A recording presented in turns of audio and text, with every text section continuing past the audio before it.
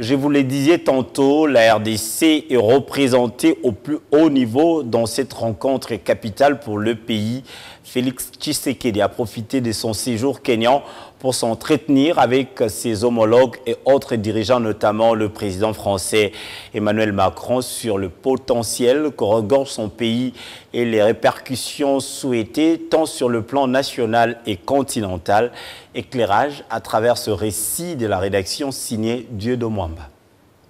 Le paradoxe est criant et semblerait perpétuel si rien n'est fait. L'Afrique est responsable que de 4% d'émissions des gaz à effet de serre, mais directement touchée à 65%. Le continent souffre du financement de la part des pollueurs qui entravent le développement de son économie verte et son rôle dans la préservation de la planète. Cette troisième édition de One Planet Summit,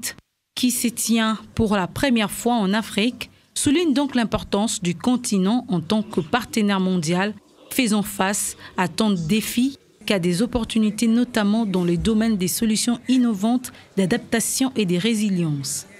Une rencontre d'échange à haut niveau entre les chefs d'État, chefs d'entreprise, les scientifiques ainsi que la société civile, afin de conclure des nouvelles coalitions, nouveaux engagements et des mobilisations en faveur de l'action pour le climat et l'environnement en Afrique. Eu égard de son immense potentialité environnementale dans son massif forestier, deuxième plus grand au monde, sa tourbière à forte séquestration des gaz à effet de serre et ses ressources hydriques de la rivière Ubangi longtemps convoitées pour son transfèrement dans les lacs Tchad, la RDC, représentée par son président de la République, est sous les charmes des décideurs du monde durant ses assises. Selon le calendrier des activités, Félix Tshisekedi va s'entretenir avec des dirigeants du monde sur la préservation des forêts, l'utilisation durable des sols et de la préservation et comment transformer les contributions nationales en plan d'investissement.